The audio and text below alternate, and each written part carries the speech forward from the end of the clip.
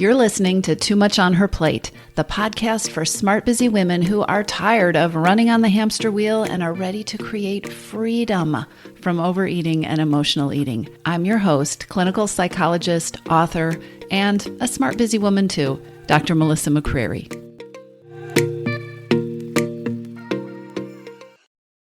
Hey, everybody. Today, I have something a little bit new for you and something that I hope is going to be an ongoing feature or an ongoing kind of episode that I'm doing, and that is a Q&A episode. I am taking your questions and giving my best answer. Questions related to your struggles with emotional eating and overeating, what it takes to break the cycle, places that you're stuck, things that you've been wondering about. And if you're a member of my free private community on Facebook, then you too can submit your questions and maybe they will show up in a future episode. The link to join the private Facebook group is in the show notes, and I'll tell you more about it at the end of the episode. I'm going to try to keep these episodes short and sweet and actionable, meaning I want to do my best to answer your questions, and I want to give you some new ideas to experiment with, some new strategies to try out, some ways to break out of the same old that obviously hasn't been working. So let's dive in with the first Q&A episode. Today's question is from Jody. And Jody says, I want to know what to do to break the habit of reaching for food to soothe myself every single night. I know that I can pick from a host of other activities, but in the moment, I never do. I can't remember the last evening I've had that I didn't eat from the moment I sat down until I forced myself to go to bed. I need, and she has that in quotes, I need to zone out with food. It feels impossible to break this habit. And honestly, I feel like I don't want to. Jody's question is so familiar, and some variation of it may be very familiar for you, right? Questions like, why can't I stop overeating at night? Why is the overeating at night habit the hardest one to break? Why do I overeat at the end of the day? Why can't I stop it? Why am I good all day and then I blow it at the end of the day? So here are some things that you have heard me say before in other episodes. The end of the day, for most of us, tends to be a perfect storm for overeating. It's a perfect storm of hidden hungers. Things that you are hungry for that haven't been fed during the day that have nothing to do with food, right? This is the time of day when you tend to be out of energy. When you not only tend to be out of energy and you're tired, but it is probably the last time in your day when you have the leftover or the surplus or the available energy to give yourself what it is that you really need. So it's easy to cop out. It is easy to lean into the old familiar thing. The end of the day tends to be a perfect storm if you have any sort of pattern of neglecting your own self-care or putting your needs last, right? So many women tell me, I get to the end of the day and I realize there hasn't been anything for me all day. I have been reacting to my to-do list from the moment I woke up, and now I'm just tired and I feel like I deserve something that is just for me. The end of the day, and by the way, this could be the end of your workday, or it might be the literal end of your day, the last time before you go to bed, but it is literally the end. And so you've used up a lot of your good stuff. The end of the day is when we are typically lowest on willpower because we've been using it all day long. And depending on how you have managed the rest of your day, maybe you've been so busy that you skipped lunch, or you forgot to bring your lunch because you were so busy taking care of everybody else's lunch or whatever. But so often, especially when we think about the end of the workday, you end up too hungry, right? You haven't eaten what you needed to or fed yourself the kind of things that would help your energy be in a good place at the end of the day. Or maybe your blood sugar is wonky because it is now the end of your day and you came home from work early and then you ate all the things, and the things maybe were the high sugary snack, easy to grab kinds of things. And now you had this blood sugar crash. And so your blood sugar isn't where it needs to be. And back to that idea that the end of the day is where we've used everything up. This is probably the hardest time of the day to conjure up motivation. So Jody says, I can pick from a host of other activities, but in the moment, I never do. And I really don't want to. Well, guess what? It's because you're tired, you're out of willpower, and your motivation is probably pretty low. So, in these circumstances, or if your situation is a little bit different, some variation of these circumstances, it becomes really easy to understand why food is so appealing, why reaching for something to eat or reaching for the special extra outside of your plan thing to eat, right, feels so good because food is easy, food is accessible, food touches almost all of our senses. Food feels good in the moment. And when you're tired and when you're out of energy, your perspective tends to be pretty focused on a moment or two. And so, if food is a reward or an escape or a comfort or a way to rest or a way to shut down your brain and go numb, food, reaching for something to eat, overeating, and even a binge can start to feel like the only choice that's accessible to you. Or, like Jody's saying, I know there are these other choices, but I can't figure out why I won't do them. Well, I hope what I just explained to you makes it easier to understand and have compassion for why it is that your logical brain can come up with a whole host of other activities, productive things that you might do, or alternatives to eating or overeating, but in the moment you don't want to. And starting with a realistic understanding and compassion for why that is a really important first step for breaking the habit of reaching for food to soothe every single night. If you want to break the overeating at night habit, then you are going to need to start by talking back to your brain that wants to do some really unhelpful things. You're going to need to talk back to your brain that is expecting you to be full of willpower and full of energy and full of the willingness to do really difficult things at the end of the day. Basically, you need to talk back to that part of your brain that has bought into the deprivation myth that if something isn't working, i.e., if you find yourself overeating every single night or most nights or every other Monday, then the solution is you just need to find a way to be more superhuman and to try harder. Let's do it differently. So, first of all, I think, and this may sound a little off or strange, but it's important to be really clear on what is the habit that you are trying to break, but also what is the habit you want to create. So often we get focused on, I don't want to eat anything after 8 o'clock. I don't want to eat ice cream in front of the TV. I don't want to eat all the cookies after everybody else goes to bed. But we don't take the time to figure out and to really create a clear picture of what is it that we want to, what is it that we want to have? What are we building here? What do you want to create? And what you want to create is probably more than a to-do list. What we want is almost always embedded or related to a feeling that we want to have. So, how do you want to feel at the end of the day? How do you want to feel while you're winding down before bed? How do you want to feel when you go to bed? How do you want to feel when you wake up in the morning? And what are some things could help you do that? What are some things that match, that are in sync with how you are at the end of the day? All right. So the second thing I want you to think about is how much your brain is telling you to break this eating at night habit, you need to rely on willpower. Because I think we've already established that for most of you, willpower is pretty much all spent by the time you get to the end of the day. So instead of telling yourself, I'm going to be strong, I'm going to be tough, I'm not going to give in tonight or any other night from here on out, right? How can you change things up? If you've taken my hidden hungers quiz, you know about the 5 common hidden hungers that are the reasons so many smart, busy women overeat. And the key to taking the power from those hidden hungers is to start thinking about how you can feed those.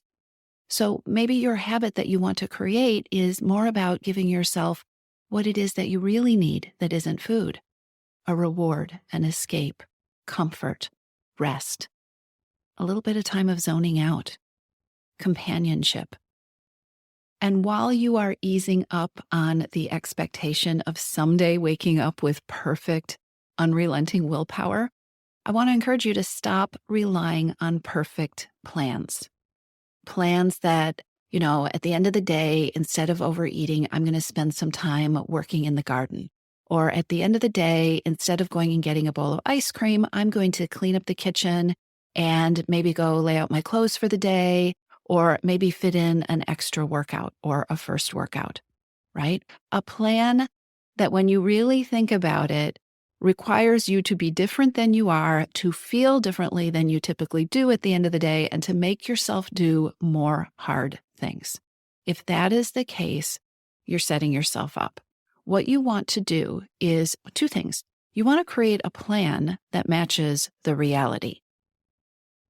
If my pattern is collapsing at the end of the day in a really comfortable chair, wanting only to zone out until I can crawl into my bed, wanting to be left alone and not wanting to do one more hard thing because I've been working all day long, then a plan, a habit that I decide to create instead that's all about doing something productive or crossing another thing off my to-do list or reading that nonfiction self-improvement book, is probably not going to happen. It doesn't have anything to do with what I really need. It doesn't have anything to do with why that bag of chips is calling to me and I can't resist the craving, right? So stop creating plans that don't match what you really need, or perfectionistic plans that somehow turn you into a superhuman, non-existent human being. The other part of this is to create that plan in advance.